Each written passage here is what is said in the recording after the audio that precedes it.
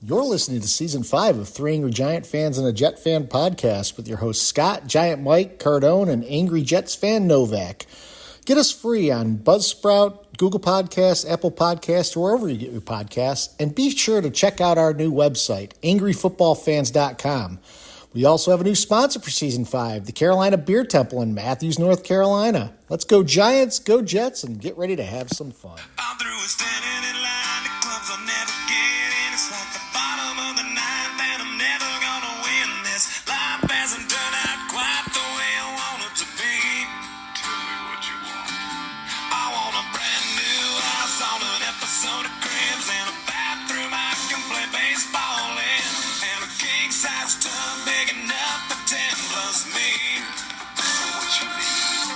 I'll need a credit card that's got no limit and a big black chain with a bedroom in it. Gonna join the Mile High Club at 37,000 feet. I want a new tour bus full of old guitars. My star on Hollywood Boulevard. Somewhere between Cher and James Dean is fine for me. So I'm gonna trade this life for fortune and fame. I'd even cut my hair and change my name. Cause we all just wanna be big rock stars and living hilltop bosses driving 15 cars. The girls come easy and the drugs come cheap. We'll all stay skinny cause we just won't eat. And we'll hang out in the coolest bars in the VIP with the movie stars. Every good gold digger's gonna wind up there. Every playboy bunny with the bleached blonde hair. And we'll, hey, I wanna be a rock star. Hey, I wanna be a rock star. So that is the song by Nickelback, Rockstar, and we just came off doing a live pod last week. And guys, I feel like rock stars, although I will say none of us are in the category where we'll all stay skinny because we just won't eat part. So I'll tell you, that song has taken on entirely new meaning for me now. I understand what Nickelback must go through. I get it. Right. no, I have here's what's trouble. funny. I have trouble walking around town this week. I don't know about you guys. Like, Yeah, just- yeah. Oh it's yeah, impossible.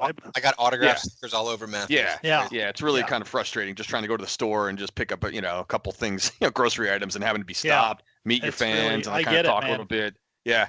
Now, the funny thing is, I hadn't watched a music video in years because they just don't come on anymore. And then I saw the video for Nickelback song, and there's so many people that make a cameo in it. So Wayne Gretzky's in it, and Gene Simmons is in it, and Dale Earnhardt Jr. and just Fred Durst. It's a bunch of people talking about just the fame and fortune and everything else. So it's pretty interesting. So we are the Three Angry Giant Fans and a Jet Fan. It's your host Scott, Giant Mike, Cardone, and Angry Jet Fan Novak. And we had a blast last week doing a live show at the Carolina Beer Temple in Matthews, North Carolina. Wonderful turnout for our listeners, and guys, just a ton of fun. So I think we're going to try and do this every preseason. Preseason's a little bit of a silly season, and it was just a fun time being out there drinking beers, hanging with the crowd, answering questions, and just bantering back and forth. And it wasn't just Giant fans. Yeah, we didn't know how it was going to turn out, and I thought it turned out great. We had the DJ, good questions, trivia, and I just want really quickly, because we didn't really acknowledge him because I think we were so wrapped up in what we were doing. But I want to give a shout out to my friend Ted, who did the intros for the four of us, and I thought that's he did awesome. a good job writing it up and calling us out. He's got a real knack for that. I thought he did a great job, so kudos, Ted. Yeah, Megatron. absolutely. I couldn't even really hear them. I'm so jacked up. I wasn't even really listening. And when I heard the playback, I was like, that was awesome. Yeah, he did a great job, man. Great, Yep. just awesome. It was just well done. Yeah, I wanted to say thanks to everybody involved. Our DJ, Ted, I was definitely going to mention him. So glad you brought that up, Novak. And want to thank again the Carolina Beer Temple and all our friends that showed up. It was just great. We had a lot of fun doing it. So we definitely have to run that back somehow. No doubt. Somewhere, maybe we'll take this on a tour somewhere and grab another spot somewhere. So, but we're gonna run that back. That was just too much fun. So thanks to everyone that showed up and supported us. So if you do go to our website, angryfootballfans.com, I uploaded the latest photos and video and audio of those podcasts. The audio actually turned out pretty well. The video is interesting because by the end of the night when it's dark out, there's lights coming at you. It looked like a strobe light, like a little bit of disco dancing going on or something. But yeah, There was no fun dancing. time. Thank God. There was a kid running around, I guess, going alcohol. Yeah, That's awesome. got a future. Yeah. So let's give you a shout out before we get into all the preview of week one and a lot of the news that we saw just even today. So hello, Holyoke, Massachusetts, population 38,247. It is a suburb of Springfield. And in the late 1800s, Holyoke produced 80% of the writing paper used in the U.S. and was the largest paper, silk, and alpaca mill in the U.S., which gave it the moniker the Paper City. It's also the birthplace of volleyball. The Paper City. I could have The sworn that Paper was City. I thought that was Scranton, PA. Dunder Mifflin. No? You guys ever been near a paper plant? Have you ever actually been anywhere? The smell That is town awful. must stink. Oh my God, those. I'm sorry, but whoever's chiming in from Holyoke, get out of there, man. There's a paper plant up in the mountains in this little town we drive through, and it's like, roll up the windows. What is that smell? What is it about paper, by the way, that would make it smell when you're making it? Right. It's like What? they use sulfur or something, because if you drive Yeah. down to like Florida, you pass through Georgia and there's paper mills there, and it's like, God, what's going on here? Yeah, I don't know. It's just paper. I mean, Yeah, usually they stink and are polluted after whatever's written down on them as far as football predictions and stuff. Yeah. That was lame. Cardone, I laughed listening to the some of the bits you did last week during the live pod, because you would just go off on a tangent and you'd be like, oh, what was I what was the question? I got Is there a swept up question with in the got You swept start up with the talking about vibe like and Ramapo Roadrunners, and you're like, oh, where was I? yeah. You had a Ramapo Roadrunner fan there. there was. Yeah. Yeah, and we actually did have a couple of people that were there that saw it on TV or the advertisement. Yeah. And you asked that question, Okay. and apparently two people raised their hand and said, "Yeah, we saw Yeah, that." that saw it on the So I guess we got to thank Spectrum Cable News Network How also. they got that information? I have no idea. Yeah, I don't either. That's awesome. So final rosters have come out. There's been some manipulation between the time that we went on the air last week and now. We really didn't talk about the final rosters last week because we knew there'd be cuts and people signed and re-signed and put to the practice squad. And probably the biggest move the Giants made was they brought Adoree Jackson back at cornerback. Outside of that, no real notable moves. No one important has been put on IR. Practice squad members are a lot of the guys that they cut. So it's really good thing going into week one. We don't have anyone that's out for the week. That's a starter. That's good news. Yeah. Yeah, usually we I feel like we're always shorthanded going into week one with somebody getting lost in the preseason, one of the games or practice or something. So, but it's funny. I was looking at the looking at the depth chart here this afternoon before we came on, and I still feel like you mentioned one of the practice squad. Well, you mentioned practice squad. I think Isaiah Hodgins was the only cut that I thought he was, he's shown at least at times that he could be, a decent receiver and a slot guy or whatever. And I'm looking at, I still feel like we're really thin at receiver. I'm still worried about that. I mean, we know about Jones and, the offensive line and what they got to do, but I still feel like the receiving core, we got some young guys. Obviously, Neighbors, he's going to get a lot of attention, I think, from defenses, but I feel like it just drops right off. Hyatt didn't show much.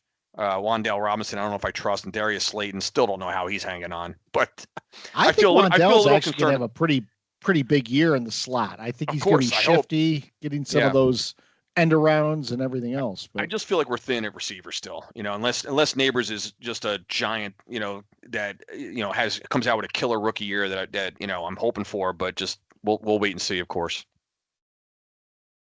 Novak, any notable final roster additions or subtractions on the Jets? And when's Hassan Reddick going to show up? Yeah, really there weren't any surprises as far as the roster is concerned. I think I pretty much could have predicted. There was no surprises. They did keep an extra defensive lineman, I think, because Reddick has not been signed. But today they made some. They adjusted some contracts, and they did a full contract for Michael Carter, our Nickelback, and so I think. So I think that's in preparation to get Reddick in camp. And to be honest, I really think that Trent Williams signing with the 49ers is expediting this because, I think they thought, well, if Trent Williams doesn't play for the 49ers, we can get away with not having Reddick against the 49ers on Monday night. Now I think you might see Reddick signed tomorrow is my guess. Now I could be wrong, but where there's smoke, there's fire. I think that he's going to get signed, and I really hope he does because that just makes that defense even that much better. All it took for Williams to get signed in San Francisco was for a guy to get shot on the streets. Yeah. Yeah, I'm so glad, Scott, that I just figured you were going to open that with and say, like, Mike, what did you think of the roster moves? Because I had no idea. Like, I had no idea. So I was going to have to give you the, like, the Kramer with the movie phone. Why don't you just tell me what they were? That kind of... But no, I did just look it over. And I'll tell you the thing about the Giants depth chart as it comes out now and as it looks right now, the best thing down there that looks to me is you got guys like Evan Neal and Azidu not in the starting position, still on the team, second and third team in those positions, which is where they belong. That's truly where they belong. Is it? Evan Neal, I still think might have a career in front of him, but he has not been a good starter for the last couple of years. And so, yeah, I'm very, very cautiously optimistic about this offensive line. Yeah. So this week, Giants and Vikings open up. Thank God, a 1:00 Sunday game. Although my daughter's moving apartments this weekend, and I'm going to be in Greenville helping her move. I just laid down the law and said there will be a moratorium between 1 and 4 of moving time if we're not done. But I am. The Giants are actually home underdogs in this game by 1.5 points, as the line is today, and I am really positive that the Giants are going to come out and do well. I think we're going to see Neighbors do well. I think we're going to see Jones play well. I think we're seeing a healthy team take it to the Vikings. I could be wrong, and I'm not going to do Novak's favorite line and say we always do well against Darnold, but I think we're going to be okay in this game. And what I'm looking for here is Devin Singletary, not only on the ground but also in the passing game, not be too much of a drop off from Barkley. People don't realize Singletary's never averaged less than 4.3 yards per carry. And maybe he will behind this line, but this line looks much more improved. So I'll be looking at two things: the line and how that impacts the running and the pass protection. I'll also be looking at the third thing, I should say, too, the secondary, because the secondary has been such a question mark. But yeah, I'll be looking in this game. Really, it'll interest me, and I think I said this at the opening of last year too, and all hell broke loose. But I'll be looking at how the Vikings play us. Are they going to do what most teams did to us last year, just blitz on 50% of the downs and figure that a blitz isn't really that risky because it gets home, and Jones is running for his life, or Tyrod Taylor or whoever it's back there last year. I'll be interested to see if the Giants or if the Vikings come out and play that style against us early. And if they do, I know I go back to 1 year ago, this podcast, and I said the same thing. If they do, we have got to hit them. We've got to make that hurt for them to blitz, because then week 1 with the new offensive line is on tape, and it changes the way all defenses play us. We had a lot of plays against the Cowboys last year, didn't we? Week 1. Yeah. Oh yeah. We look great. Yeah. We have got to, if teams are going to come out and blitz us, we've got to make them pay. Right now we're being defended, pretty much all of last year and all of last year. We're being defended as if our offensive line we're playing without an offensive line. And the problem with that is most teams welcome the blitz The Giants couldn't handle the blitz. I keep talking like we're in present tense. So, Minnesota probably knows that. I think the defensive coordinators there probably understand that the Giants are going to be a little bit tougher to get to the passer on.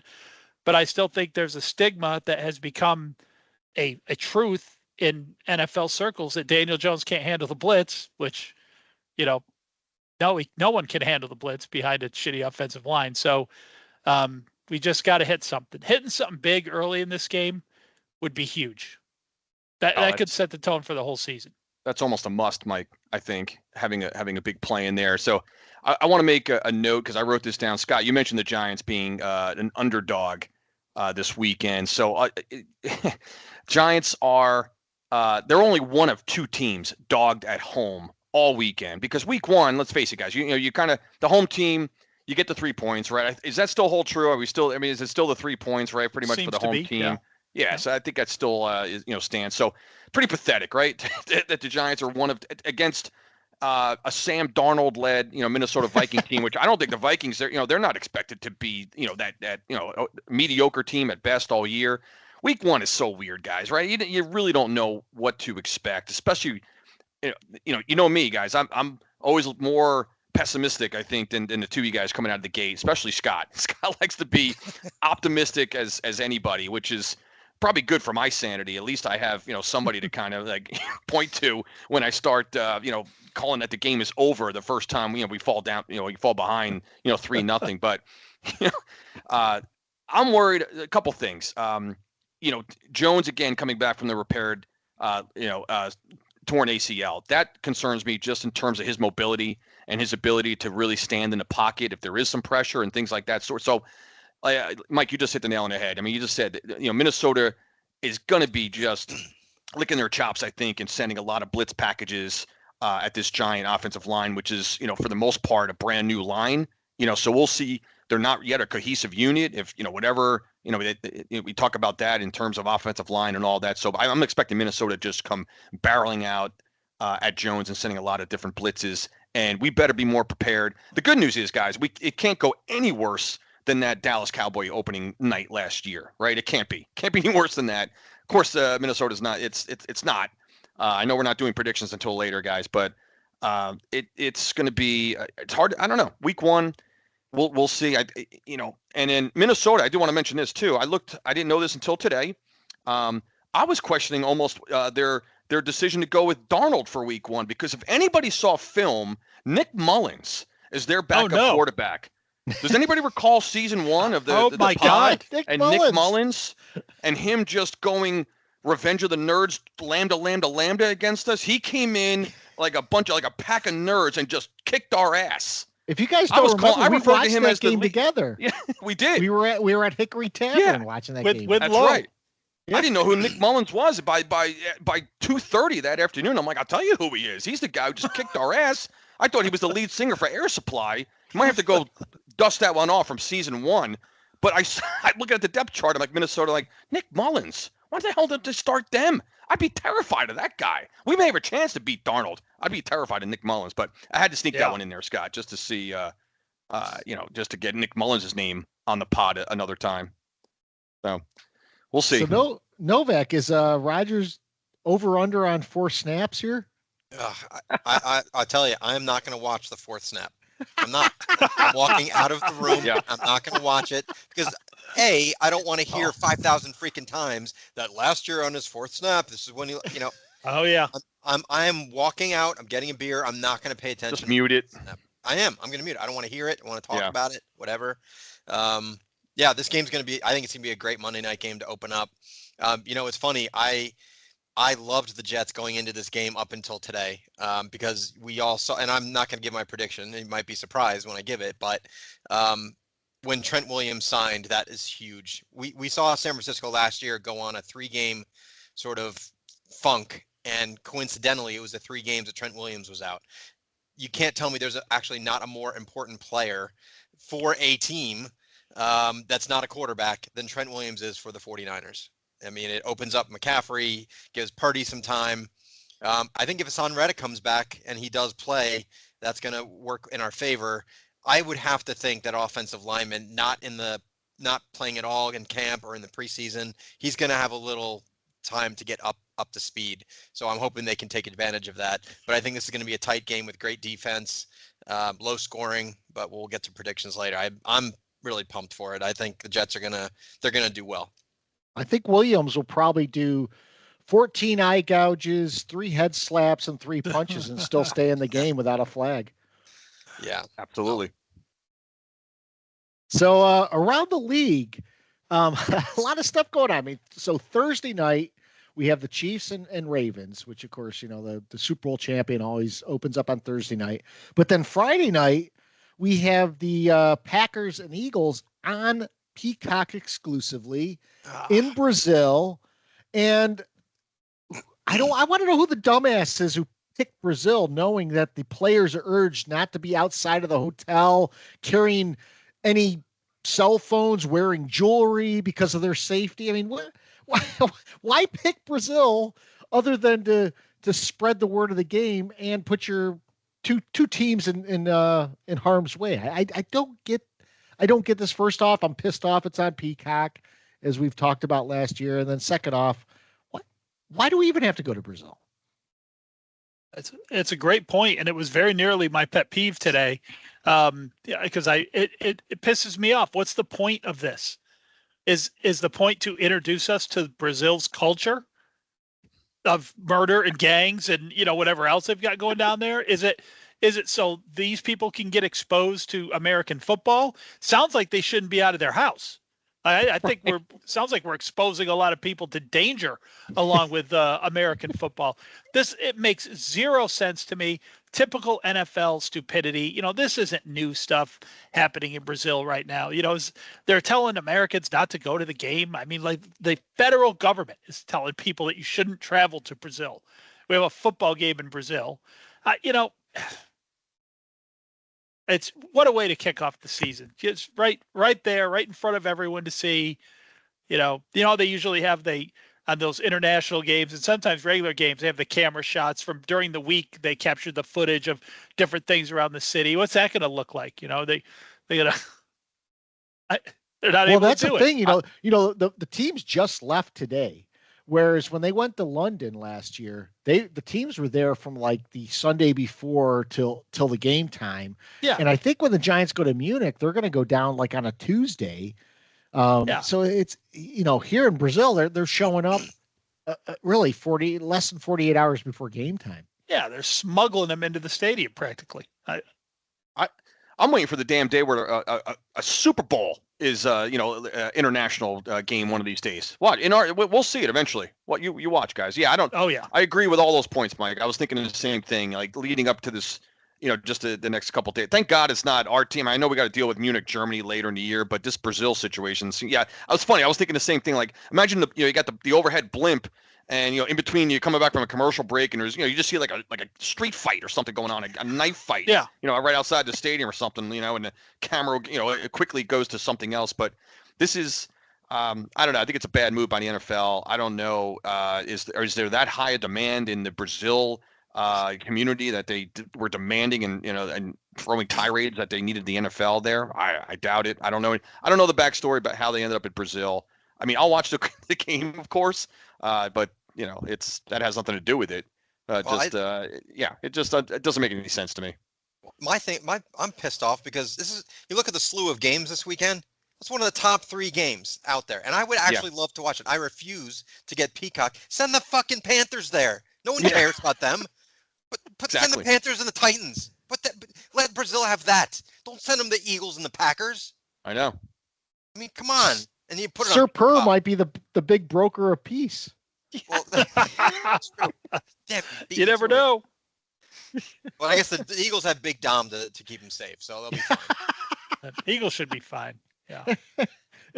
Well, I know Novak sent this around earlier today. I don't know how legitimate it is, but of course, we're going into the season, and Taylor Swift is in the news with, a fake document or whatever that came out that supposedly Travis Kelce's going to break up with her on September 23rd or some date, and there's already a document drafted about what's going to happen. Regardless of if this is true or not, this just sets up this whole season to be about Travis and Taylor again. And we're going to be seeing this every week after week. I'll say this. I hope to God this is true. This fraud, Travis Kelce, and this bullshit that his brother's getting. I'm not gonna. Don't get me started. He's on game shows. He's on every fucking commercial. I hope that this fraud is exposed by this. I hope it's true. I really do. Maybe it's not. I don't know. I don't care. I kind of do care. I want this guy to be exposed. I care, but I don't. Also, Yeah, I hope the same thing, Novak. I'm like, I think you were the first one. I wasn't aware of it, and I think when you sent it on the text thread, I'm like, bull. This can't be true. This has got to be horse shit, right? But who knows? Well, look, where there's smoke, there's fire. Is all I'm saying. And who knows if it's true or not? But I can't wait to see how they spin this on Thursday. That's what I'm excited for. Yeah. but you're not going to be watching the game. Thursday, I'll watch it. Thursday. Game. Thursday. Yeah. Oh, that's right. It's a Chiefs game. Chiefs Ravens. That'll watch. Yeah. Shit, that's tomorrow already. Yeah. NFL starts tomorrow. This is nuts, man. It's here. That's Season right. starts tomorrow. It is. Yep. We're there. We're here. I say that, but if you have DirecTV right now, I don't think you have ESPN or ABC right now. I think you're out of luck. I'm on YouTube TV now since the package moved there, but yeah. So anything else around the league you guys have seen? I mean, I'll tell you this. I've been watching the shows predicting who's going to go where, and I know we're going to give our game predictions a little bit later, but it's funny. Everyone gravitates to the same teams that they have in the past. Like, how many people right now are picking Kyler Murray and the Cardinals to rebound and have this fantastic season? And we're hearing all this hope and promise about Caleb Williams and the Bears and how they're going to make a playoff push. And I just keep thinking to myself, every year, guys, you guys talk about these same teams and you never realize your mistakes.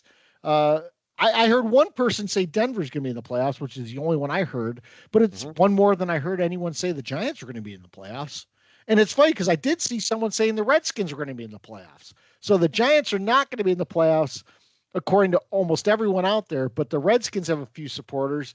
But surprisingly enough, people are either picking Dallas or Philly to win the division, and then they're having only one team from the NFC East in the playoffs. Well, from what I've seen this last couple of days, sorry, Mike, to jump in. The Giants, I mean, they are, and I think I may have mentioned this a couple weeks ago, they are fucking invisible in this league right now. They just are.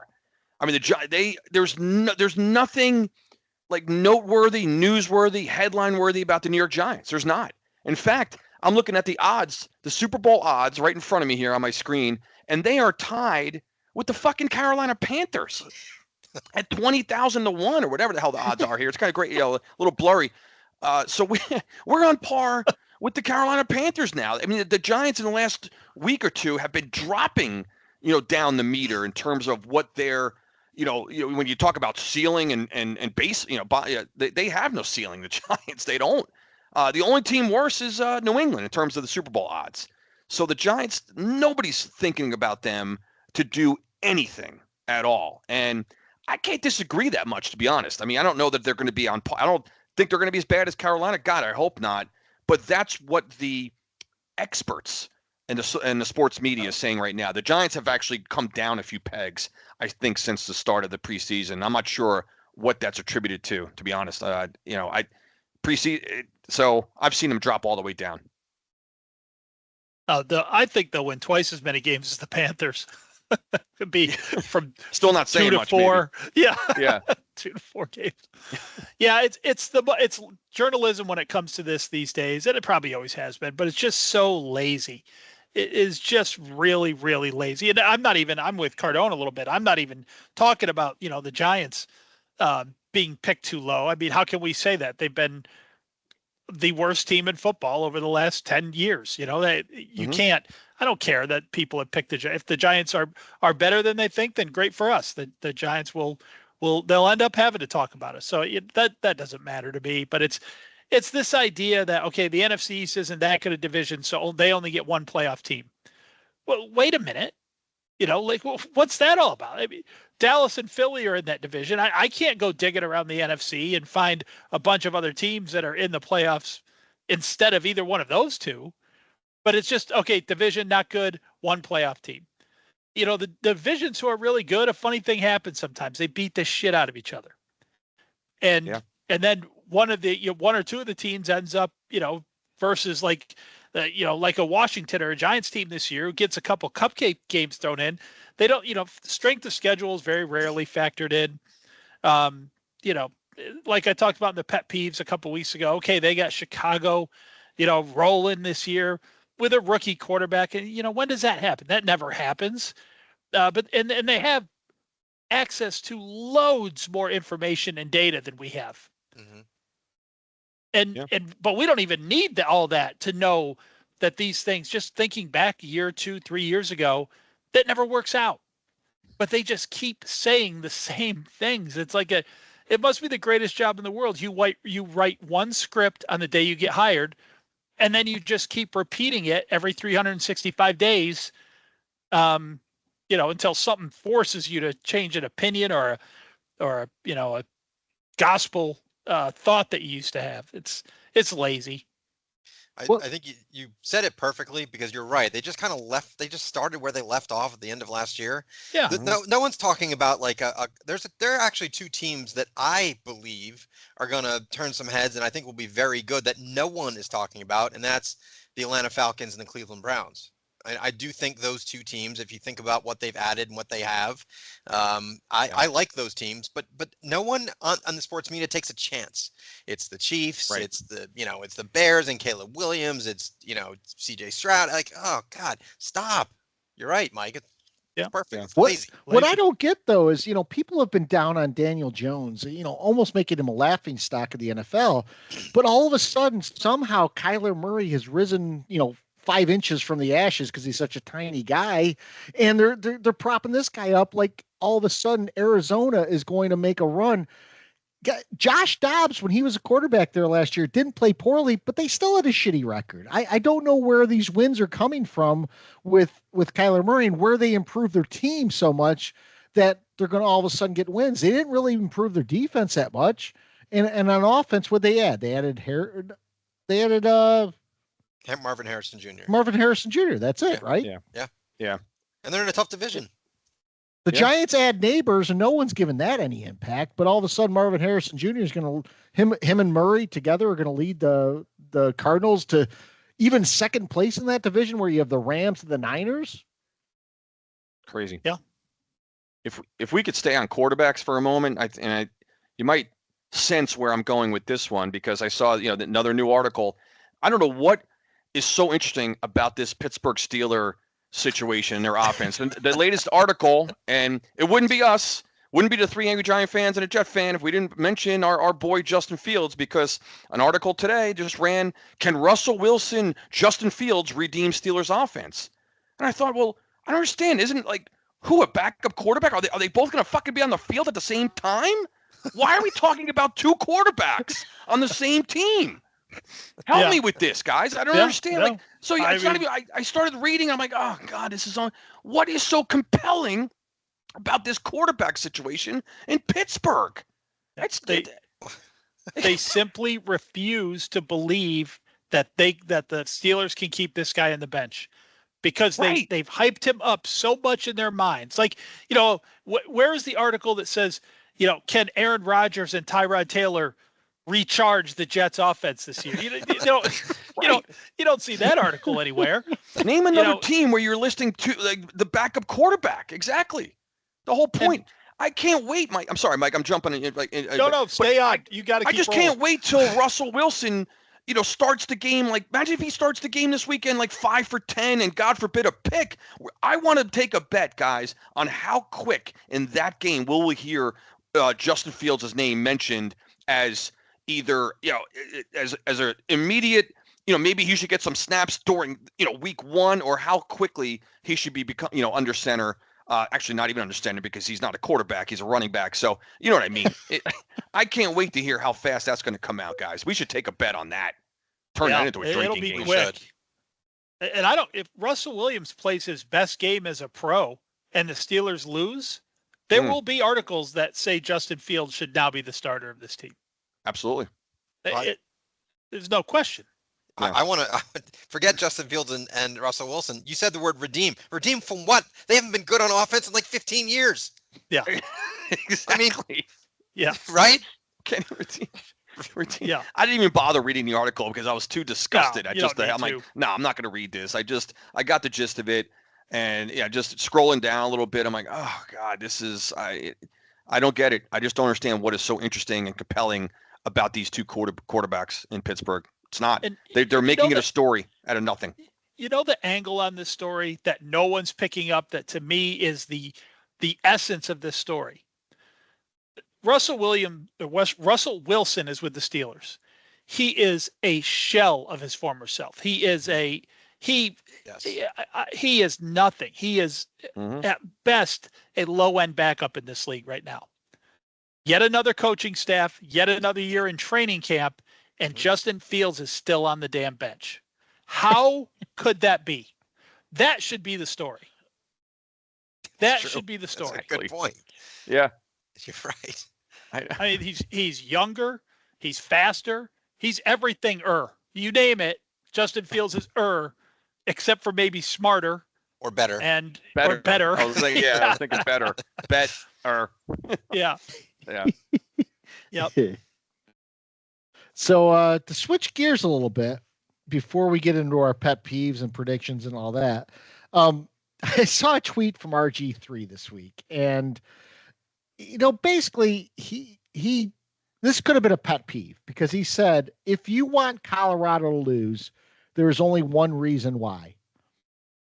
And so we're talking about college football now. Yeah. Mm-hmm.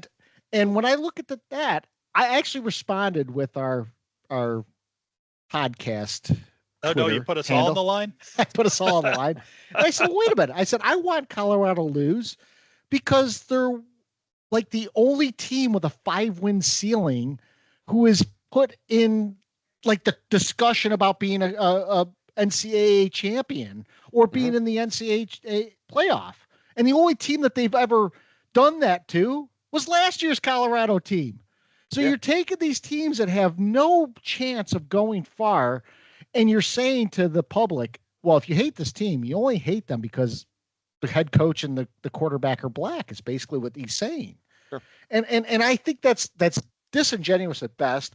And actually, I would put this back to Dion and all the bluster he has.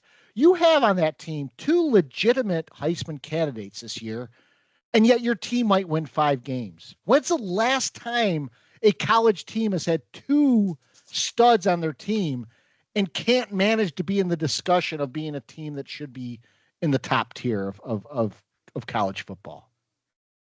That goes to coaching. It has nothing to do with Dion. I mean, it does have to do with Dion, but the reality is they're a 4-8 team that didn't win shit last year. They're on every national television game, right? They get talked about all the time. He won Sports Person of the Year, and so we don't want them to win because they're overinflated. They don't deserve the credibility they're getting. That's the whole problem. I don't care about Dion. That's exactly what I said. Guys, it's sports media. That's what it is. That's why we talk about it. The 4 of us talk about it each and every week. I feel like it's whatever the media, whoever they're elevating or anointing. I typically will have the inverse reaction. It's almost never the person they're talking about. In the case of the dick, that's different. but it's usually the sports media that are driving my emotional reaction to something. Yeah. So that's exactly what you're talking about there, Scott, right? And has nothing to do with Deion Sanders. It really, I mean, it does, like you just said, yes, but it's really the sports media. Yeah. Where it has to do with Deion Sanders is him being a arrogant dick more than anything else. And it has nothing to do with his skin color. Just like it didn't have anything to do when people got sick and tired of the Tebow hype. Tebow was a white guy. We hated Tim Tebow by the time he was done in college because it was shoved down our throats that this guy's the next, Dan Marino. It's a great example. Perfect example. And it's so true. It's the same exact thing. But it's interesting, and I don't mean to sound like an obsessed crazy person by bringing this back to Fields because I am an obsessed crazy person, but it's the exact same formula, right? What they're doing with Colorado is just what they do with Justin Fields. It's don't look at the results. Don't look over here. This guy's great because we said he's great. It's the same thing with Colorado. Oh, don't pay attention to those. It's we say that they're great, and there's something wrong with you.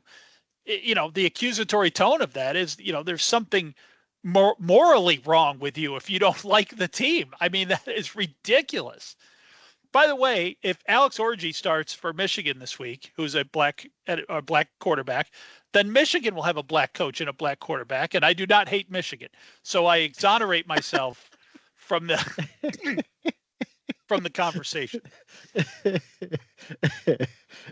Well, it's one of those things too. I hate when people inject race into a conversation without looking around the room and understanding why people dislike Colorado. People might dislike Primetime because of his arrogance. And why does no one think that at all? I hated him as a player because of his arrogance. Yeah. It wasn't that he was a certain color, because look, guys, we root for players that are different races. My favorite Giant, and I'll talk about it later when we get to a question by Peacock. My favorite Giant's LT. It has nothing to do with race or even morals for that matter. But yeah, I mean, throw it all in there. And his name is escaping me now because I'm getting old. I hated that Ohio State coach of Florida. What's his name? Art Meyer. I was going to bring Urban Meyer up as an example too. I can't stand. I hate him more than I hate Dion, because he's I'm going to use the word fraud way too much tonight. I'm telling you right now, because it's in my pet peeve. But he's a fraud too. That guy. Yep. Yes. Yeah. I mean, Novak's brought up many things on this air. Things I didn't even know about Dion that made him seem like a less than wonderful person. And I hated him anyway. I hated him before that for all the reasons Scott mentioned. So, little known fact, he had a wife who was from Elmira, New York. So oh, wow. He married a girl who was a sister of a classmate that I was with. So Elmira on the map. Elmira's on the map. Yeah. Hello, Elmira. By the way, it is a little bit as a Clemson fan, although Clemson did get their asses kicked by Georgia, and Dabo's coming under a ton of fire for not using the transfer portal, and I don't understand why that is, but Florida State and DJ Ugaongale not performing has been really good. So I do know this. I think Clemson's going to beat your guys' App State team, but I am not going to put anything in a red Solo cup and make a prediction on that.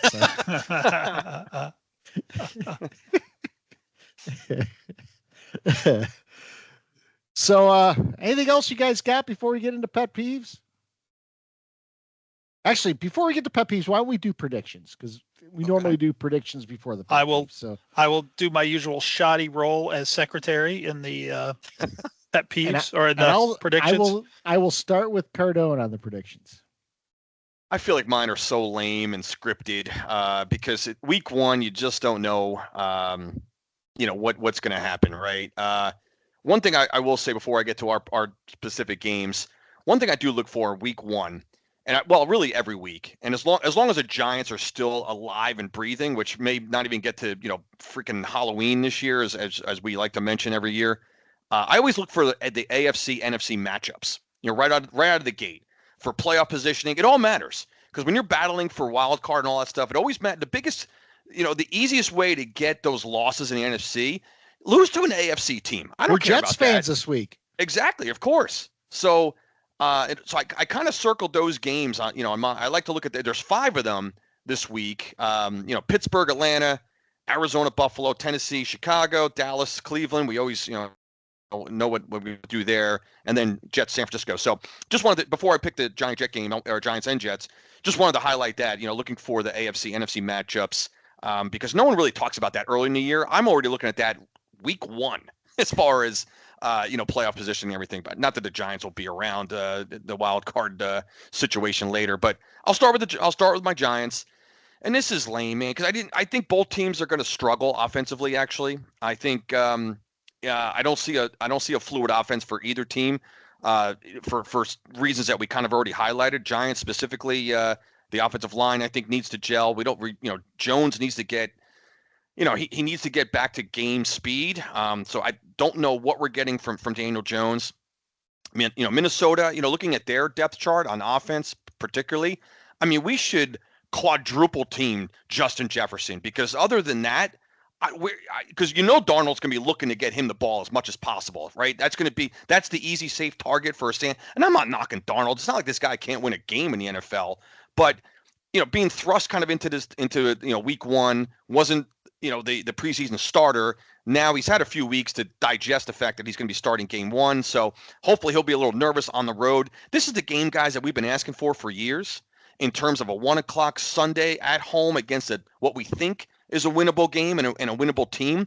I am not going to predict a lot of wins for the Giants this year, but I am predicting a win on Sunday because if I don't, I have to just somehow, get out of the gate here, 1-0, please.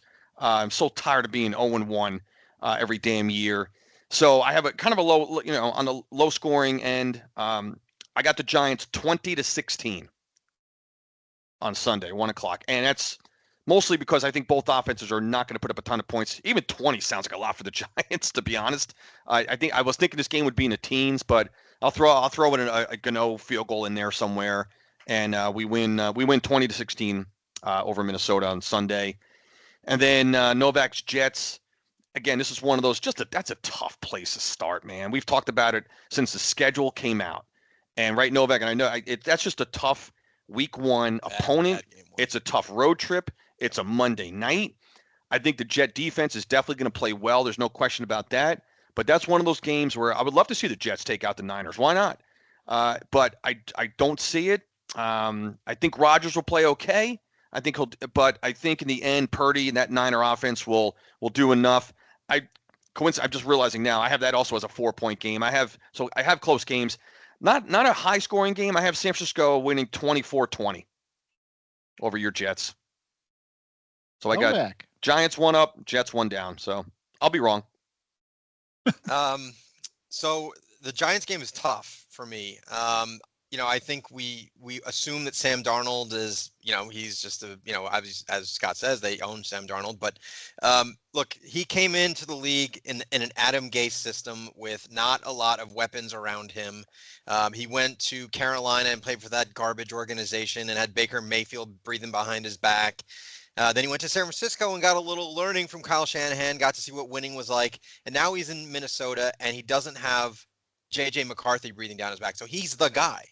And he's got weapons on top of it.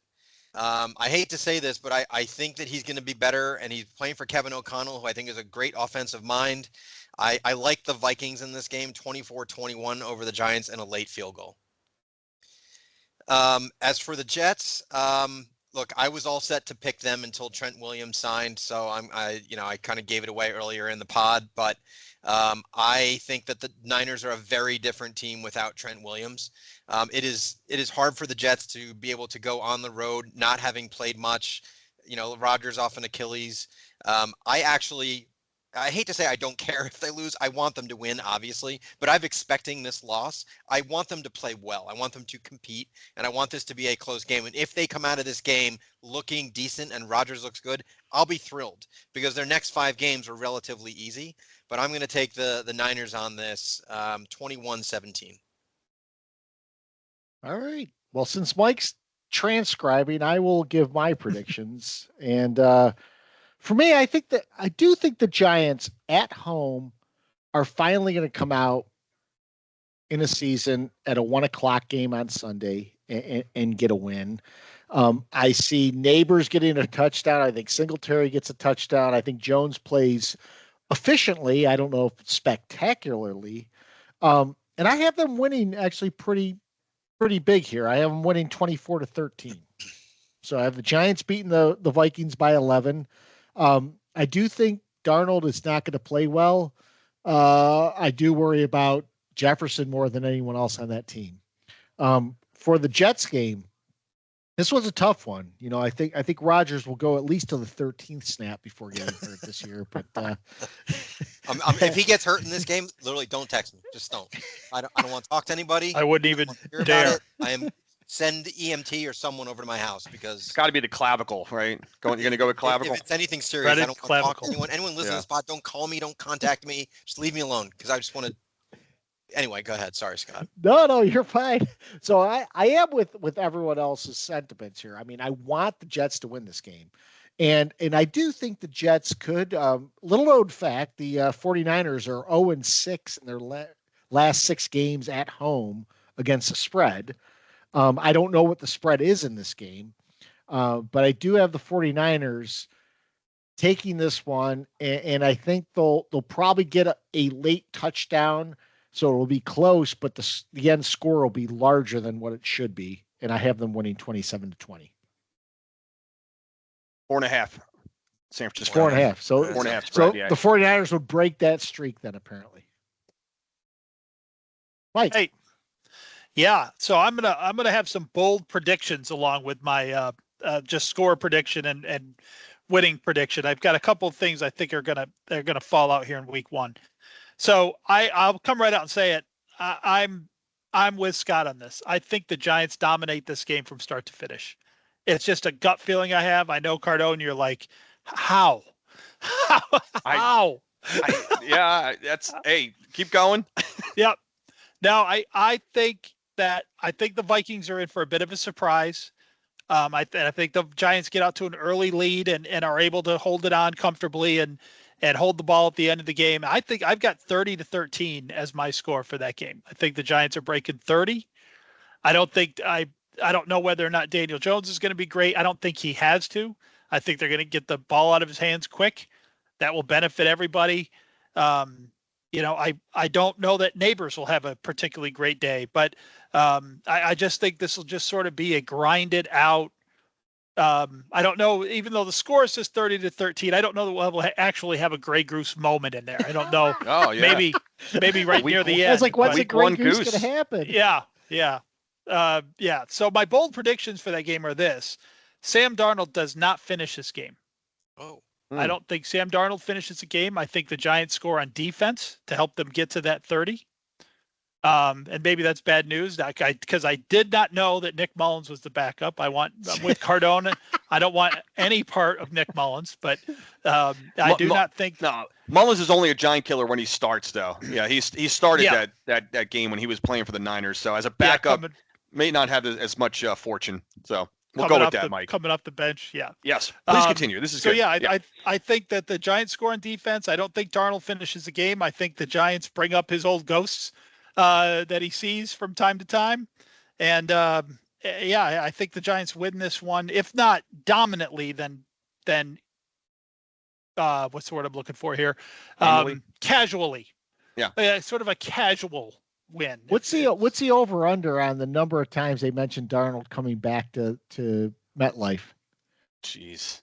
It's at least 3. We got a lot of prop bets in here. Yeah. jeez. For the Jets game, like, I agree with the outcome, and I am going to pick the 49ers, but I think I might be wrong. I think the Jets are going to. I think I'm going to pick them because I don't want to fall behind making these stupid picks like I made last year. I want to stay with the group a little bit. So I'm going to pick the 49ers. I do think it's going to be a low scoring game. I think Rodgers is going to be just fine in this game, and he's going to be really good at handing the ball off to Breece Hall and pitching it out to Garrett Wilson when he needs to. And I think the Jets hang around, and I think this is a late field goal either way. I think it's probably going to be last team to have the ball. So I'm going to say it's 24-21 Niners. Good. Novak, I pet peeves this don't week. have any. Sorry. I don't have any bold predictions for the Jet game. I'm just glad you said that you didn't want that Rodgers was not going to get hurt. So thank you for that. I appreciate that. I don't want any bad mojo going to this game. I don't want to see it for Novak's sake, but for the karma of the NFL, it'd be great if he limps off and is done by like the first. Imagine. I could do it. I'm too close to Novak now. I can't handle that mentally. I really can't. Stop. Like, Without Novak in my life, I would be actively rooting for it, but I can't. I can't let that happen. I appreciate that.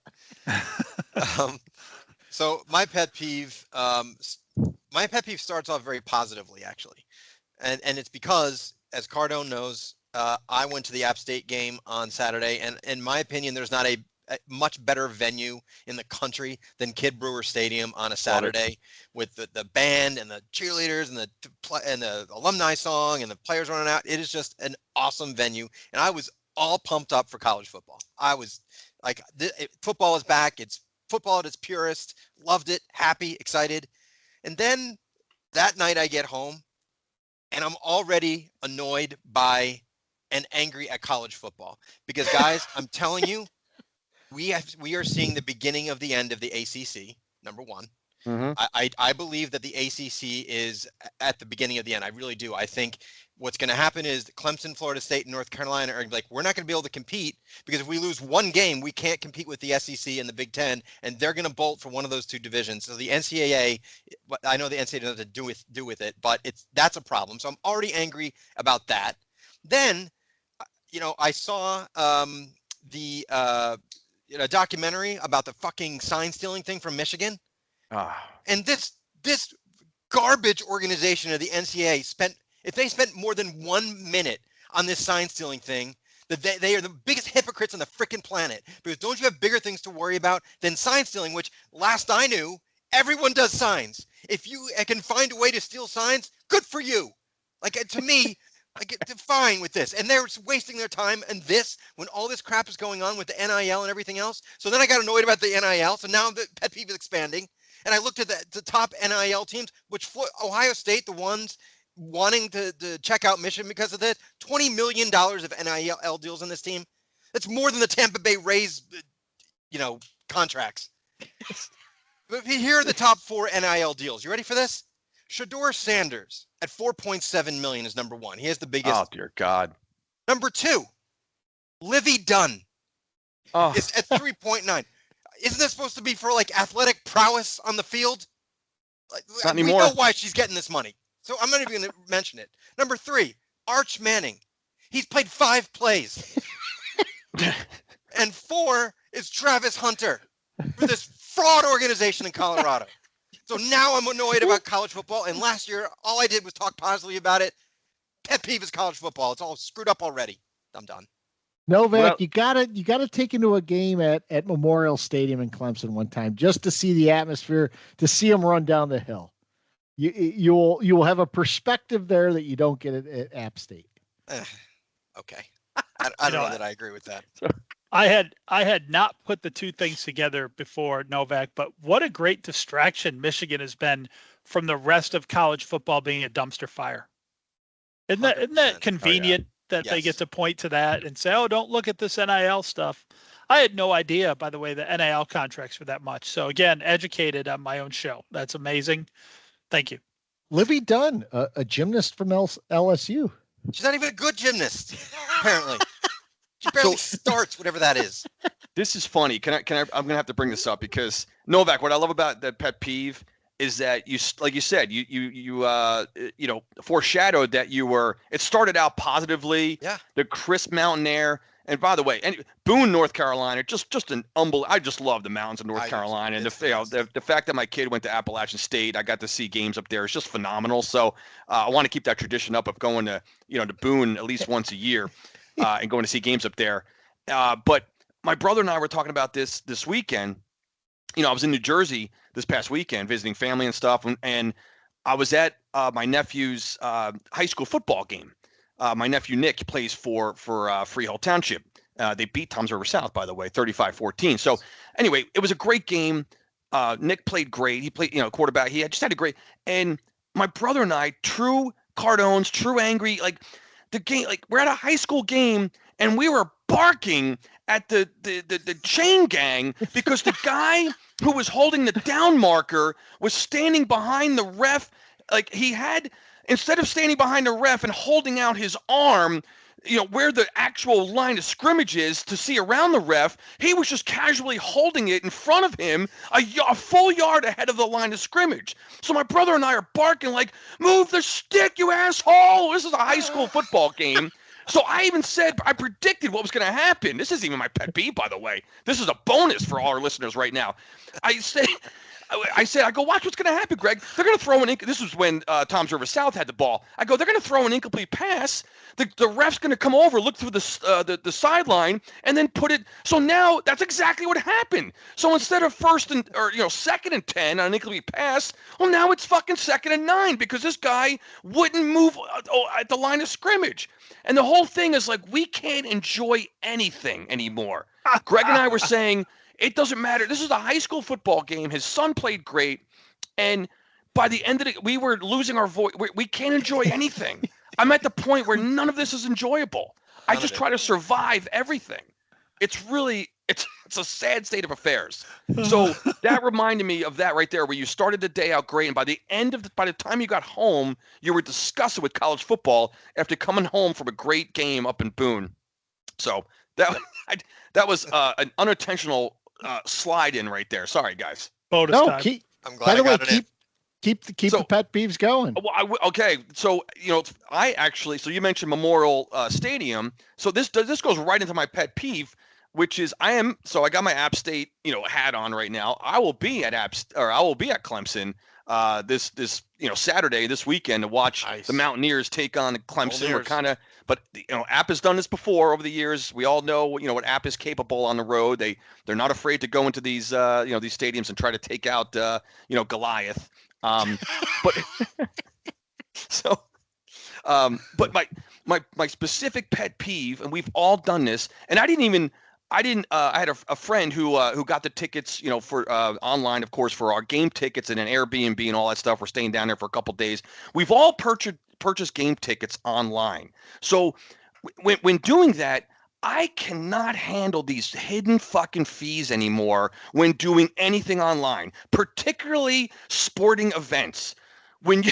I can't take, the last one I did, you see like, and it'll show whether it's Vivid Seats or StubHub, any one of these, sites, and it ranks how good this is amazing deal, great deal, 8.8 or whatever the hell it says. But then when you go to start checking out, it's like, whoa, wait a minute. You got the order processing fee, the service fees, the convenience fee.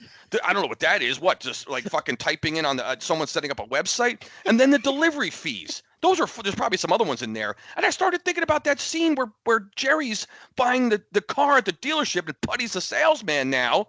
And he's, and all of a sudden he's not getting the insider deal anymore. And Putty starts rattling off finder's fee. Finder's fee, it was on the lot. Convenience fee, it was already online. What are you talking about? He's like, undercoding. Yeah, what is that, by the way? That's a ripoff, isn't it? Oh, we don't even know what that is. Yeah, so that's like the service fees on on Vivid Seats, and then finally he's like keys. That's another keys. How are you going to start it? So that's the delivery fee. It's like delivery fee. How are you going to get the tickets? So why not? It's less aggravating, and this goes for Airbnb or any of these reservations. Expedia, just pick one of them. But when you do it all collectively for like one weekend, the hidden fees, by the time you think like, wow, we're getting a great deal. Then when you add it all up, you're like, I'm getting screwed here. It's unbelievable. So the hidden fees, I'd rather as a consumer, just tell me what it cost. Include all the fees. I don't know about you guys. I'd rather just see the final cost. I'm less aggravated. I'd be less aggravated at that. It pisses me off more after the hidden fees are calculated in, because that's what drives me crazy. And you have to go through the process to see all that stuff as you're clicking away to get to, before you get to the checkout with your little card up there. So my, pet peeve is just the hidden fees, guys, in everything you do online. Drives me crazy. Cardone, I bought a ticket a couple months ago to something. It was a concert, I think. Yeah. $50 was the ticket, and the fees added up to $30. So it was an $80 ticket. Exactly. So again, just almost say it's $80. Cost. Exactly. Wouldn't it be more? I'd pay You'd be $80 less aggravated. Exactly. Just tell me what the final thing is. I'm like, you know what? But these hidden, again, it's like any of these bills. Who even looks at like electric bills and all that shit anymore, or whatever. It's all online, and there's stuff in there just like the Vandalay pickup fee or something like. All right, I'll just throw that in there. I don't know what the heck it is. Yeah, it's just so. But instead of just going down, enjoying the moment and like getting excited to go to the game, I'm like still peeved over just the cost of going out of my house to go visit. We all we talked about season tickets and all that. I brought it up on last week's pod about how My brother still has season tickets to the Giants. I don't know how he does it, especially with the shit product they've been putting out there. I got to ask him. I don't even know what face value is for the tickets anymore. But just the cost of going to a sporting event, it's just out of control. There's no stopping it, and it's only going to keep getting worse. We did that because we were getting tickets to both the App State game. We're going to NC State this year with Clemson. We're going to the South Carolina game too. And you see the ticket up there for like $40. You're like, oh, this isn't bad. And you're buying 4 of them. Well, the $40 is the face value. And then after all the additional fees, it's like a $75 ticket times 4. So it's like that adds up, because then it's $35 times 4 versus, one ticket. And then on top of it, you go to get a beer, right? And they don't do cash, and then you flip it around and they do 20, 30, or 40% tip. And I'm like, I always tip. I'm not saying I wouldn't tip, because I always do. But I'm like, you literally turned around, grabbed a Miller Lite out of a cooler and handed it to me. Yeah, 20%. And then, right. And then Novak. And then I have to be the asshole old guy. Well, I got to do like the custom tip. I got to take the extra couple steps. So like, well, no, I'm not giving you 25%. I have to figure, I got to kind of go back and be like, didn't it always used to be like just a buck a beer? Yeah. Wasn't that always the staple? Like, but wherever you go, buck a beer. So now you get 2 beers. I'm supposed to give you like $5.79 for handing me 2 cans? For what? Yeah. Yeah. You're not even pouring the fucking thing. You're handing me a can. Or you're the old guy, like you said, holding everyone up when you're trying to figure what? No, I want to do custom $3, no, $2.75. Like, you don't want to be that guy either. Oh, I'm such the old guy now. It's really bad. My son called. We went to a Charlotte Knights game not too long ago. Thank God. I mean, I could have just had to void it out, whatever. But I'm the asshole who put in somehow like a $200 tip. I'm trying to put a fucking decimal in there for some reason. I was trying to give the guy like $2. My son's like, Dad, you just put in $200. I'm like, what? No. So, meanwhile, I love how the guy sees me. He didn't stop me. The guy's standing right over my shoulder. The guy didn't say like, sir, I don't know, you might have, is that a mistake? He's just like kind of standing there like, oh yeah, have a good night. My son's like, Dad, I don't think you want to do that. I'm like, no. When did we make the transfer over, by the way, to no cash? I used to go to a couple places for lunch for work, and I would get so annoyed. Like, we don't take credit. I'm like, what, who carries cash? Or I mean, that used to be a pet peeve. Now it's gone the other way. What do you mean? I go up with $10 and I hand it to somebody. Oh God, no. Come on, man. That was COVID that did that. Take money in whichever way. Why would you limit how someone can give you money? We went to money. We went to the Yankee game on Saturday. My son called my brother and I, and we truck up to the Bronx, and so we $50 to park. We were looking for a different lot. $50? Why did you just take a train? I don't know. From where Greg lives, it's too far. I mean, it's he's in Howell. It's not along the coastline there. So anyway, we drove in, and this was wild, guys. So we $50. We paid cash. And then as we, it was slow roll into the parking lot, and we're in a lot that we've, Greg's, I obviously don't go to games. He's, we didn't know where the hell to park. It was a traffic jam where we don't know what level we're on. We're like, what's going on? We're just confused. So then we see we go around the corner and there's cones and then you have the attendant, you have this old crusty woman who, I apologize, but like barely speak English. You know what I mean? Like one of those. And she's pointing. So Greg has the window down and we're like, park there.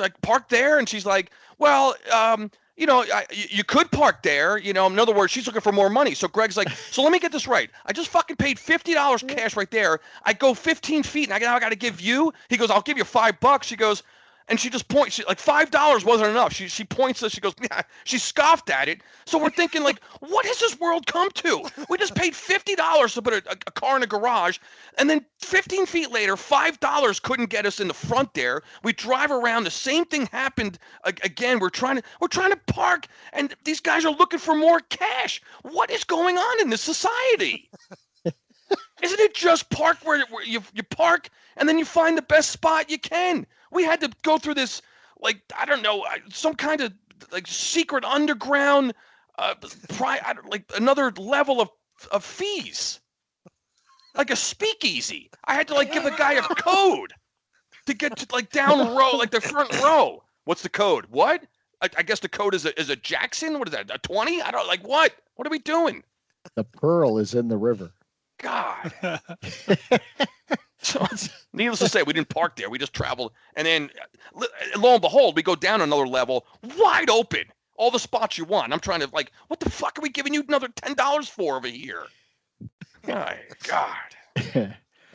So I am actually sticking with the theme of college here, kind of, but it transfers into the pros, and that's the last several weeks we've heard how quarterbacks next year are going to be terrible. We don't have any quarterbacks whatsoever that are going to be available to draft at the top of the draft.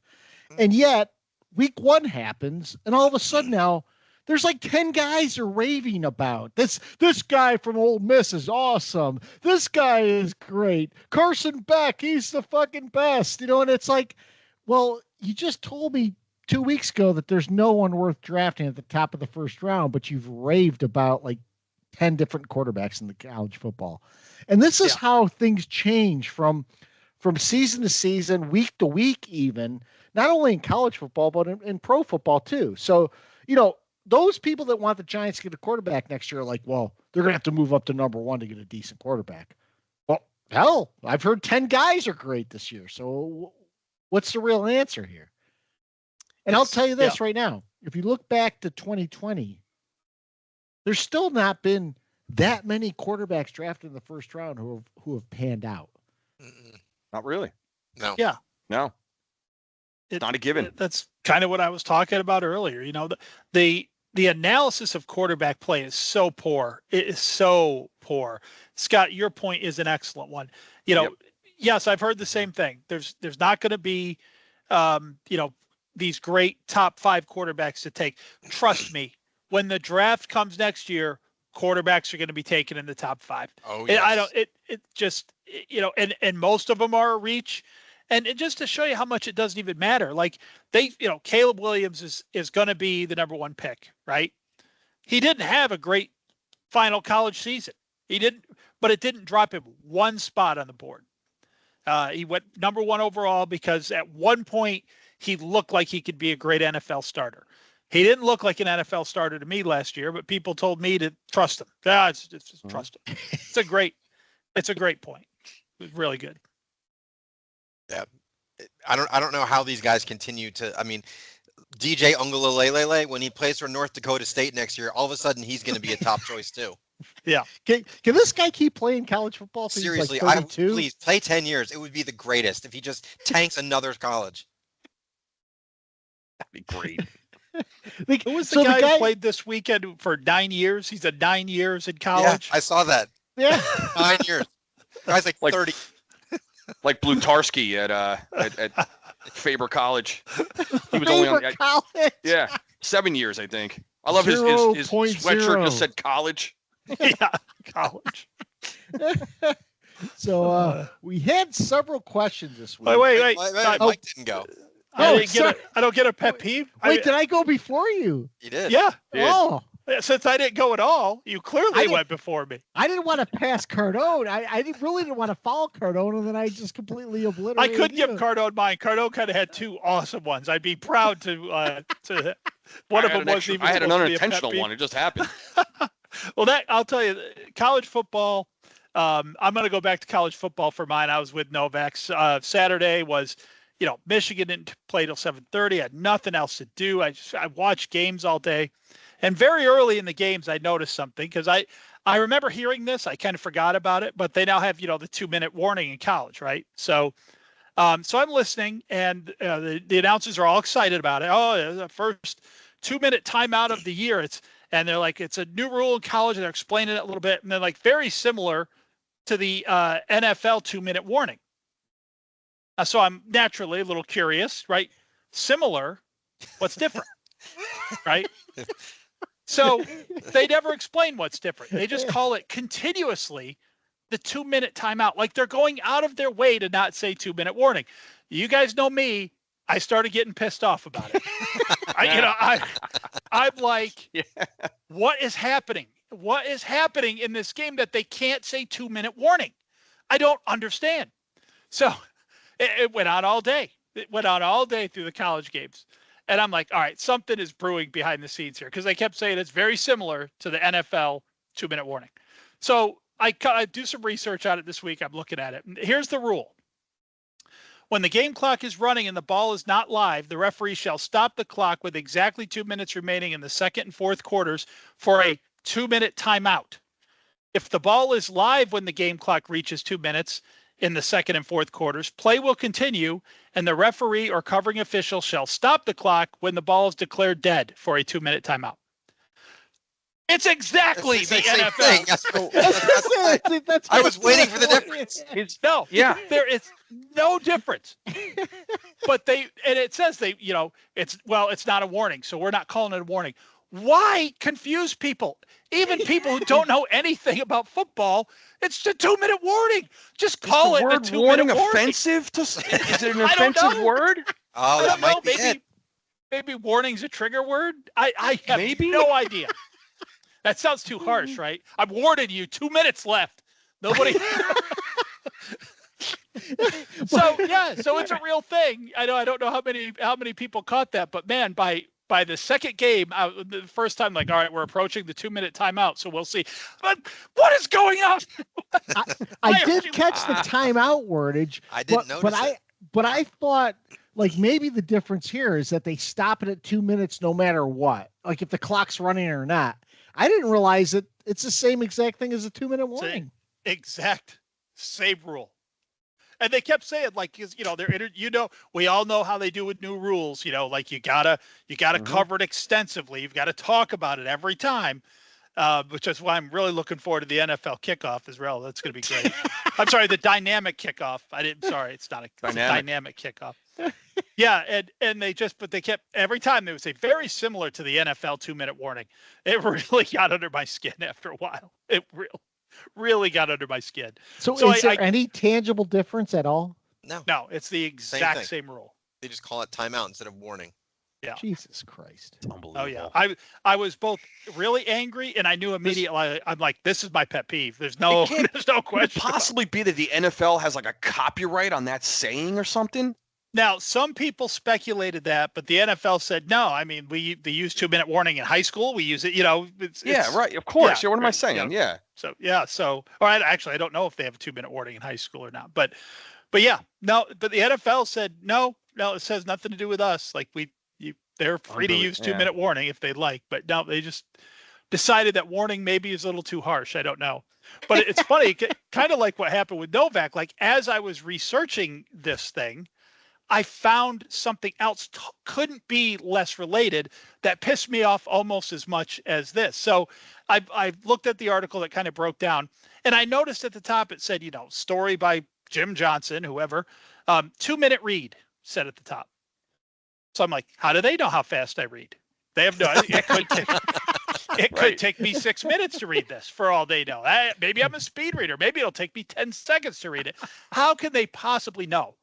So that got under my skin a little bit. Like, don't judge my reading speed. You know nothing about it. And secondly, are we so attention deficit that we need to know before we read a newspaper article how long it might take?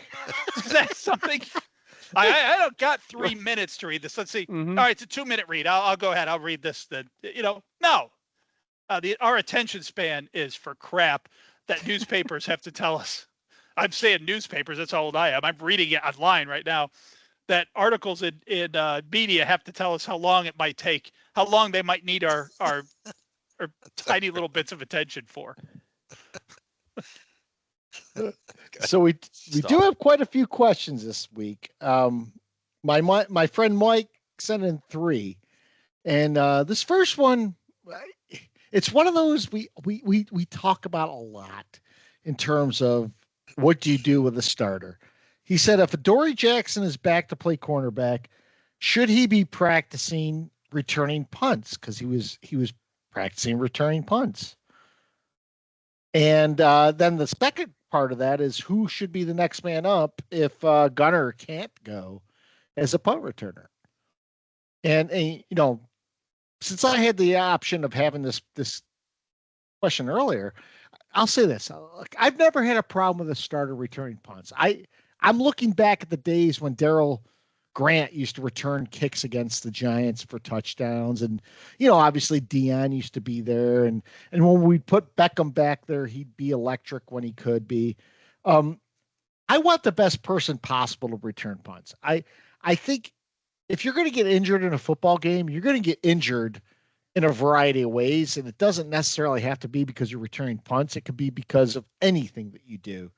That being said, I don't know who the next man up should be if Gunner can't go, because I know Gray didn't do great last year, and I just don't know who can do it. I don't, I saw some clips in college and Neighbors returning punts. He muffed a few punts, but he also had some great returns. So I really don't know the answer to that. That's where I rely on the coaching staff to be able to tell us the best option.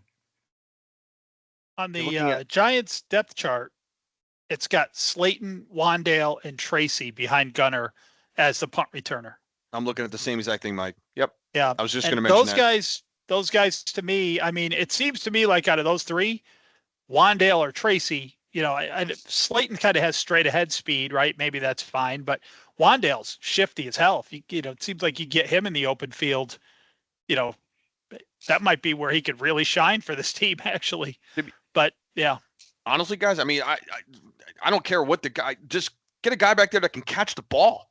That's my biggest concern. Yep. I'm not worried about speed and get a guy who can catch the ball. I mentioned Isaiah Hodgins earlier. Wasn't he the asshole who dropped not one but two against in that Seattle game? Was that even 2 years ago, or was that Hodgins, or was that someone different though? I don't remember who. I thought it might have been Hodgins. I think right after we picked him up. I think it was actually 2 years ago. Didn't we just pick him up from Buffalo, I think, and we stick him back there, and that asshole dropped. He caused 2 turnovers. See, I didn't think it was Hodgins, but I remember that, but I didn't think it was Hodgins. You might thought be it was right. Hodgins. That's for some reason my memory is, but yeah, no. For my biggest concern is get a guy who can catch the freaking ball that's consistently. Give me Phil McConkey. Yeah.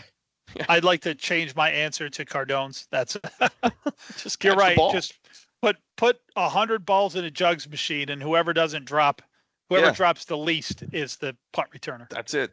So we'll talk about this in a little bit on one of the questions coming up in terms of the Giants top 100.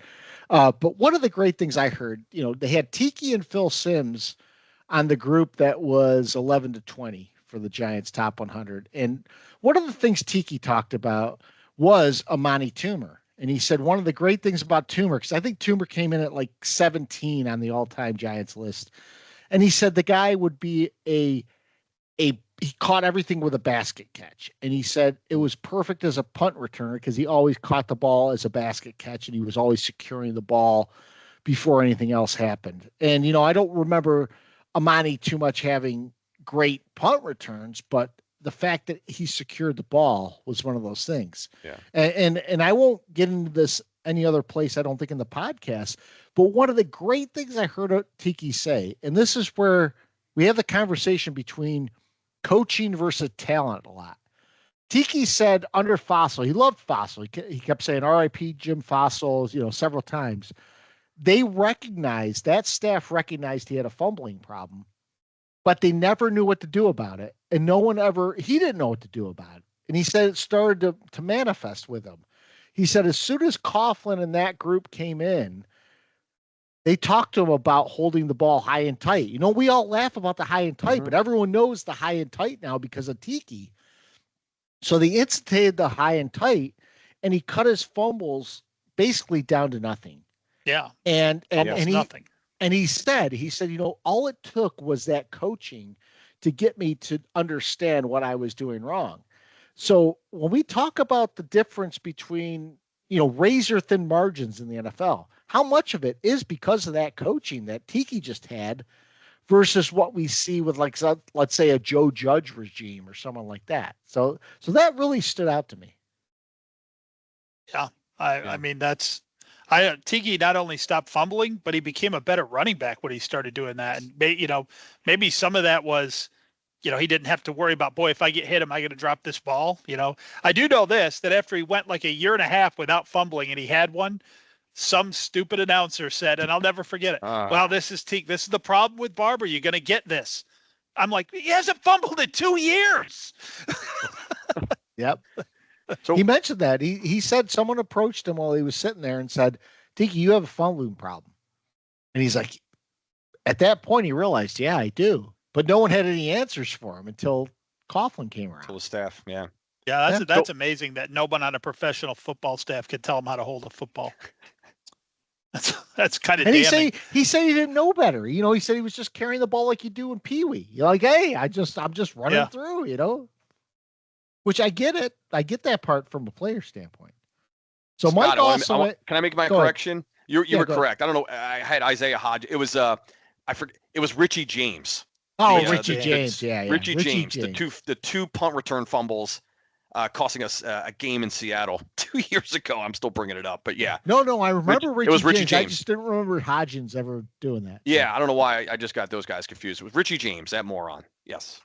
So Mike also asks, year one, you know, Dable's gambles paid off. Whenever he went for it, it seemed to work. Whenever he did something, it seemed to work.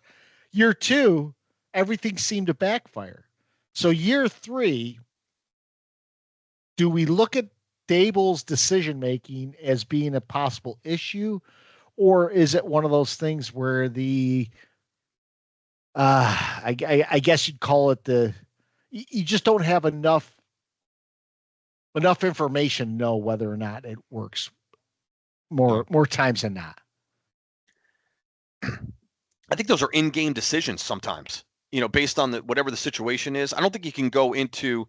Although he did well, put it this way. Do you guys disagree with Dable's decision making usually? Not really. No. I usually don't. I know there've been a couple. There was one I remember that I think there was one last year where I went off about it, but for the most part, not really.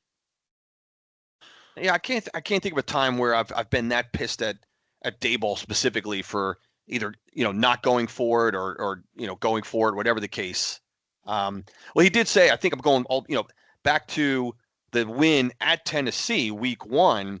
Didn't he mention something about before the game even that if it comes down to a game winning type of touchdown, he's going for 2? Because if you guys remember, we scored the touchdown and he went for 2 and it paid off.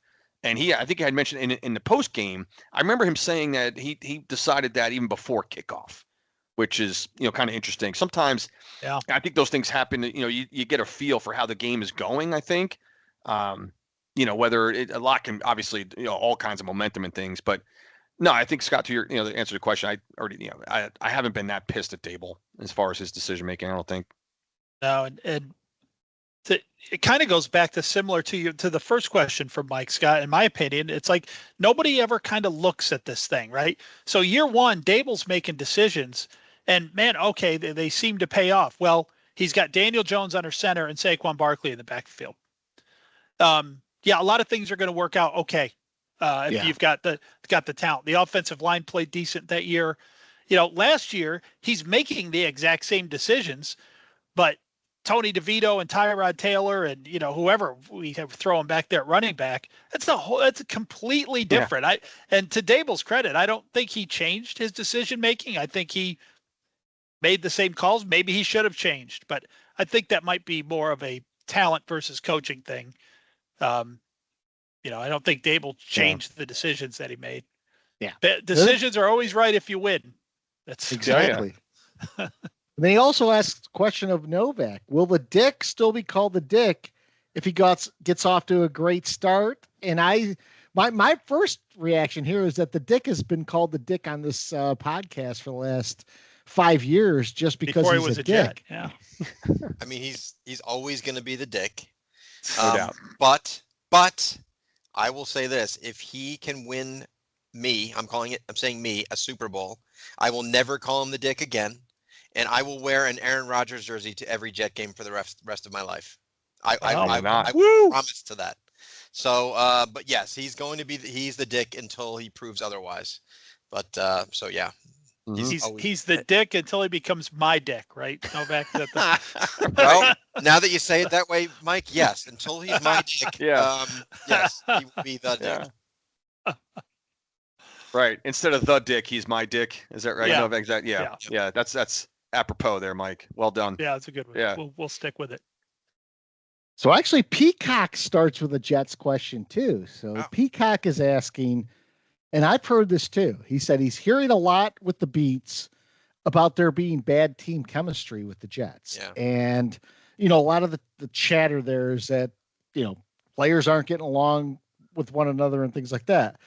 So he's asking, does chemistry matter, or does talent trump bad chemistry? And it's probably a giant question for Giants too, but specifically he's talking about the Jets. That's a really good question. I think the chemistry does matter, but if they win a few games and go on a winning streak, all of a sudden chemistry will be a hell of a lot better. Like they're a downtrodden, beaten down organization, have been terrible for years, and chemistry probably isn't great right now. You've got a lot of contract issues going on. You've got the dick who, basically is the GM. That's a problem. But if they are 5-2, that chemistry thing will go right out the fucking door. Yeah.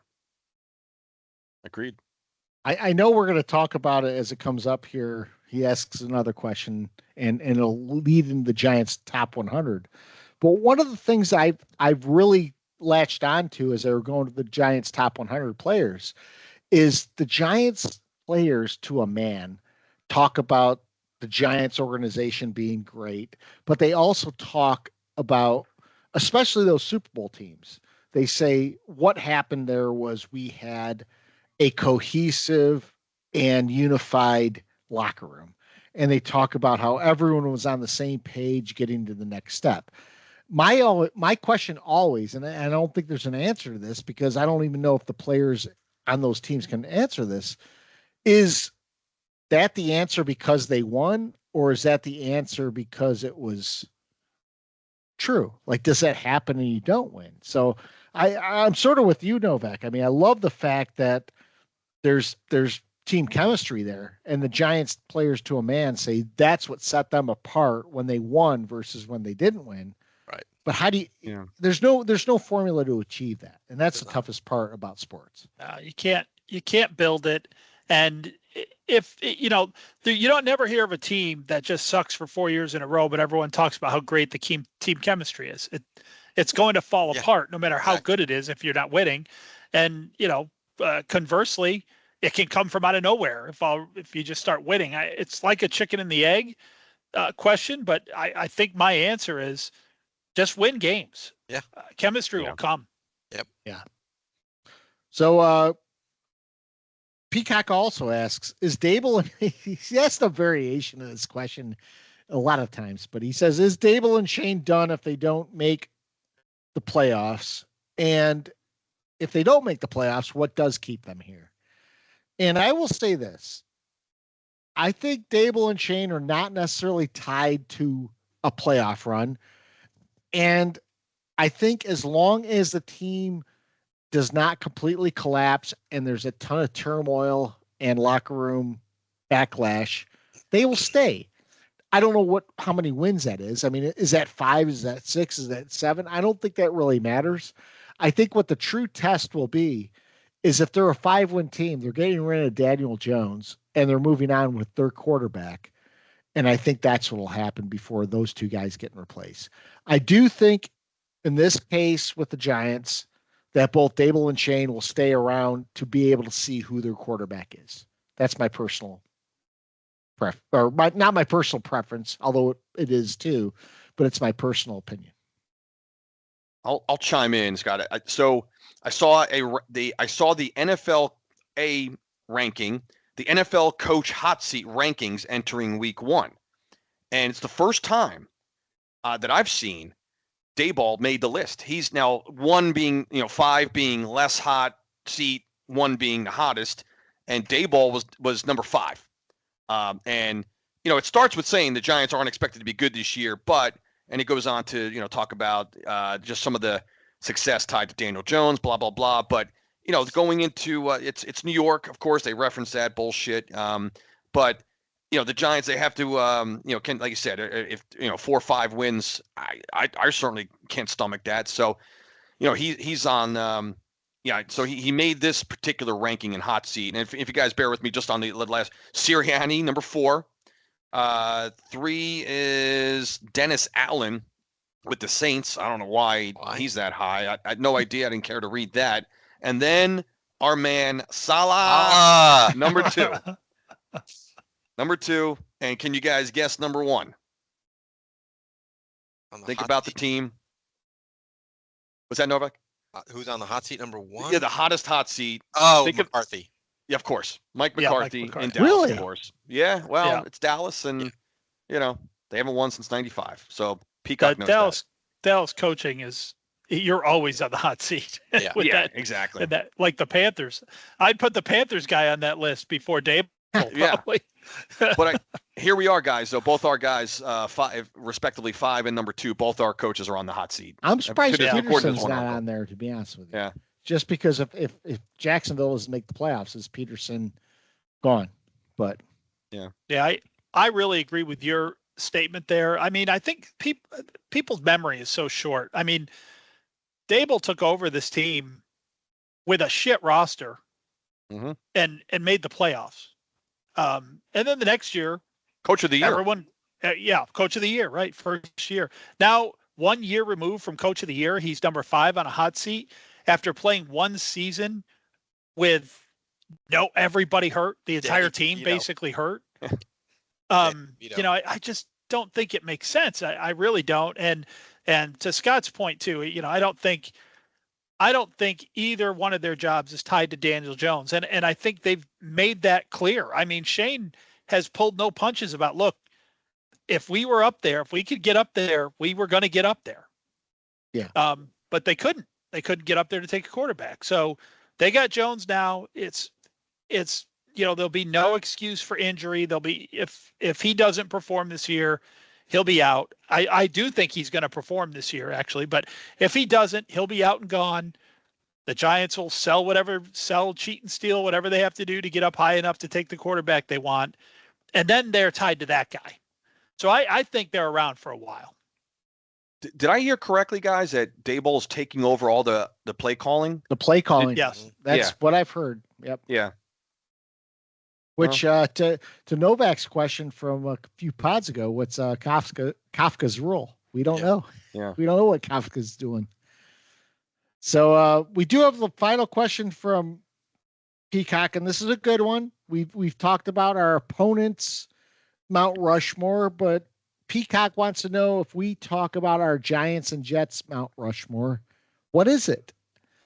So I'll start with Novak. What is the Jets Mount Rushmore if you're looking at your all-time favorite Jets? I would say it's pretty easy. You got to put Namath, Klecko, Revis, and probably Don Maynard, I guess I would put on there. I guess that's a hard. That's a gut. What I would say is Mount Rushmore 4 or 5? 4. It's 4. Yeah, that's why I went 4. Thank God. Phew. Well, I was trying I to get think Don Maynard. I don't know. Maybe Gastineau on there too. But no, those are the ones that jump to my mind. Cardone. Yeah, I'm looking at. So obviously, I got to go quarterbacks. I mean, this is our pro Mount Rushmore, our favorite Giants, right? So Eli, Sims, got to throw LT in there. I mean, I'm going with the obvious ones, and I'm probably going to take maybe one of Hisman's here. Look, for some reason, it's hard to keep Bavaro off of that. I just love the guy. Going back to the old. I was thinking of some of the Strahan teams, but I got to go back to the Parcells era. And so 3 of my 4 are the Parcells era with Bavaro, LT, Sims, and Eli. So we just had the final list of the Giants top 100, and the top 5 was a little bit surprising to me. So the number 1 was LT, which we can all relate to. Number 2 was Rosie Brown. Yeah. Number 3 was Mel Hine. Number 4 was Frank Gifford, and number 5 was Michael Strahan. Mm. So if I look at my Mount Rushmore of what I knew, because I never got to see Strahan, or I never got to see Gifford, Melhine, or Roosevelt Brown play, LT would be in the first position for me. I mentioned that during the podcast when we were live. I would put Strahan in there. I'm going to go off the board a bit here because I'm starting to get behind this movement to get Carl Banks in the Hall of Fame. Mm-hmm. So to me, Carl Banks is that number 3 guy, just because I have to look back at the 80s and how dominant we were. And then my 4th is Eli. So I have 2 modern and 2 in the 80s, basically.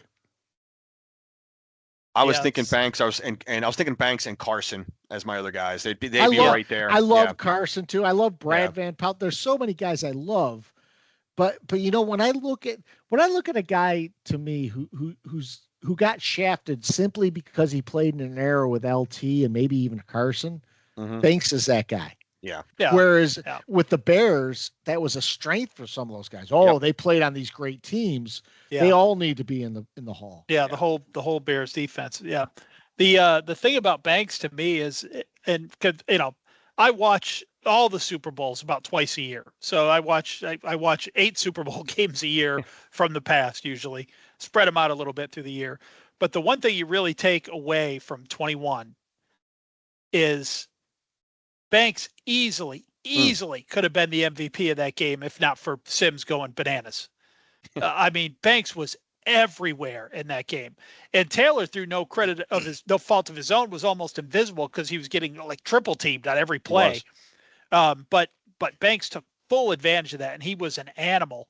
And I kind of liken that to, you know, Eli got the MVP in his second Giants win. Man, Justin Tuck. He probably should have been the MVP of that game. But yeah, so I took mine, and after listening to you guys, I made a little rule for myself and changed it a couple times. So it has to be modern era, or I call the modern era back to the 80s. So I have to be someone I've seen play. And then it couldn't be anyone who's ever worn another uniform. I try to keep it to lifelong Giants. So I went Eli, Taylor, Sims, and Strahan for mine. Can't argue. I don't even know if I like Strahan that much. I just couldn't. Yeah. I mean, Banks to me was a better player than Strahan was, but Banks played for the Browns. Real quick change. I would put Curtis Martin instead of Don Maynard. I totally forgot about him. So Curtis Martin's my 4th. Curtis Martin, by the way, I think is one of the more underrated Jets. He is. Agreed. Yep. Yeah. So he's my 4th. Definitely. Totally not, forgot. Not by Bill Parcells, though. No. Bill Parcells loves that dude. Yeah. All right. We have one more question. Oh.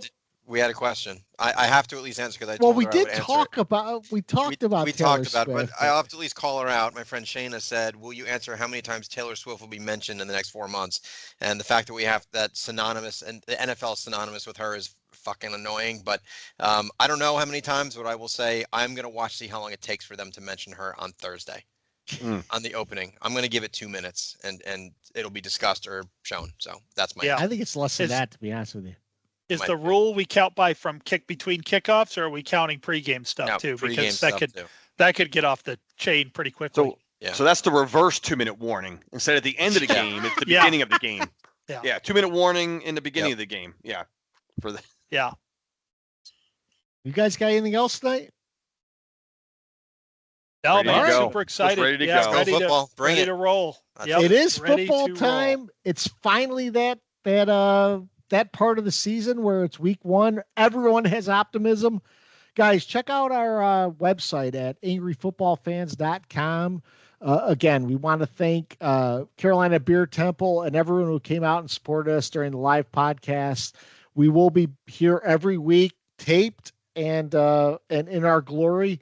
But it was great to do a live show, and like we said in the beginning, we're going to try and do this every year. We're going to fit 1 or 2 in.